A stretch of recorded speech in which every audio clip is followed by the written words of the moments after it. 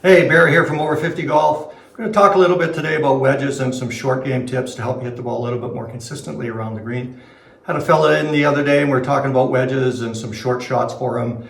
And we got into the discussion of bounce, and he was quite concerned about the degrees of bounce that you have for his wedges and what's the best and all that with a wedge fitting. And I told him, you know what? It doesn't really matter. Basically, if you take a look at your wedge here, take a look at it. Here's the bounce on the bottom of the golf club. I don't see any grooves here. Okay, we don't hit the ball from there. The grooves are up here. Up here in the club face. This is where we want to get the golf ball. So I hit the ball, if I want to get the club face on the ball, I hit the ball like this with forward shaft lean. I'm getting the ball on, getting the club face on the ball. If I'm concerned about the bounce, I'm hitting it like this. You know where the club is going to be? Yeah, the club would be bouncing up, the leading edge would be coming into the ball. You're going to hit behind it, you're going to top it.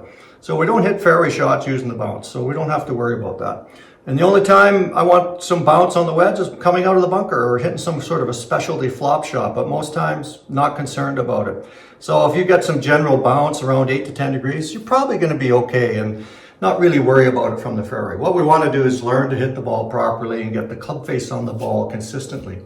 Regardless of the lie, whether it's a good lie or a bad lie or coming out of the deep rough, we want to have a little bit more of an angle, more of a downward angled approach so we can get the club face on the golf ball to strike the ball like this rather than like that. And that's the biggest problem I see with golfers, the handle going backwards when they're striking the golf ball, whether they're hitting a chip or pitch, and then it carries forward into their irons. Then they go like, oh, I can't hit a 5-iron. Well, no wonder you can't pitch and chip the ball properly. You're hitting the ball like this, you've got no chance with a long iron. Work on the short game, the rest of your ball striking will get better. So let's hit a few short shots. Got my old wedge here. It's an old beryllium copper R91. Had it for years. I don't even know what loft it is. I don't care. I just know it goes a certain distance when I hit it, and it's good enough. That's all I focus on. Now, the thing is with these short shots, I want to make sure I have a downward angle of approach so that when I'm coming into it, I can get the club face on the ball. The leading edge will be coming down into the right behind the ball there. We get this nice cutting action through the turf. You're going to take a little bit of a divot. The bottom point is going to be over here, and I can get the club face on the ball. So I'm more concerned about this striking action than worrying about the bounce, what's going on with the bounce. We don't use the bounce from the fairway. So the ball's back in my stance. I'm hitting a basic little kind of chip pitch shot, forward leaning handle, lots of weight here. I want to get this descending blow coming into it. Just like that. Good solid contact. And that carried 42 yards. The rollout was only 2, so it's one hop stopping. That's a pretty good little wedge. Spin loft was 64 RPM, so not bad on a short little shot with this worn out wedge face. Lots of good friction there. And that comes from this, getting some shaft lean, being into my lead side to strike the golf ball.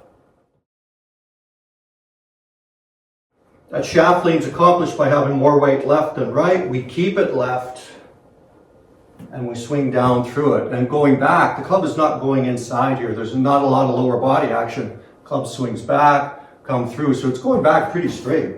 It's going back pretty vertical when I go back. I'm trying to get that shaft somewhere between my arms here, between those forearms, and that gives me a chance to come down into the back of that ball and hit it good and sharp and square and solid.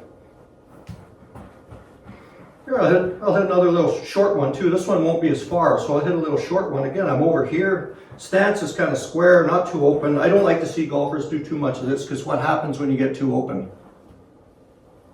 You go backwards. You're going to be on your back foot. Poof, we do this action, right? So get squared up and get over here. And some really good players even kind of get closed off on their wedges, which is fine because they're trying to stay here and they're trying to prevent backing up. So I'm just going to get squared up. I'm going to hit a little chip shot. Here's the other little thing here with this chip shot. On these short shots, I want to get my thumbs down. I want to get my hands up. Just helps with the path and really helps with that good strike coming through with that flexed lead wrist. There's no scoop and no backup going on. I find for myself and other players, if you get back too far here, it gets like this and it gets too scoopy. So if you're having trouble with those short chips, get up over top of it and get close to it and get those thumbs down. I think you'll find your contact will be a lot more solid. So I'm just going to hit a little one here. Let's see how we do back in the stance. Boom, nice and crisp. 7 degrees down, carried 12 yards. Not bad. Spin loft, 50, about 2,600 RPMs on a short little chip, so not bad. You can control that. I'll move the ball up in my stance now. Okay, I'm going to be a little bit more in the middle. A little wider stance. There. I'm still staying left. I'm still trying to hit it with some shaft lean here.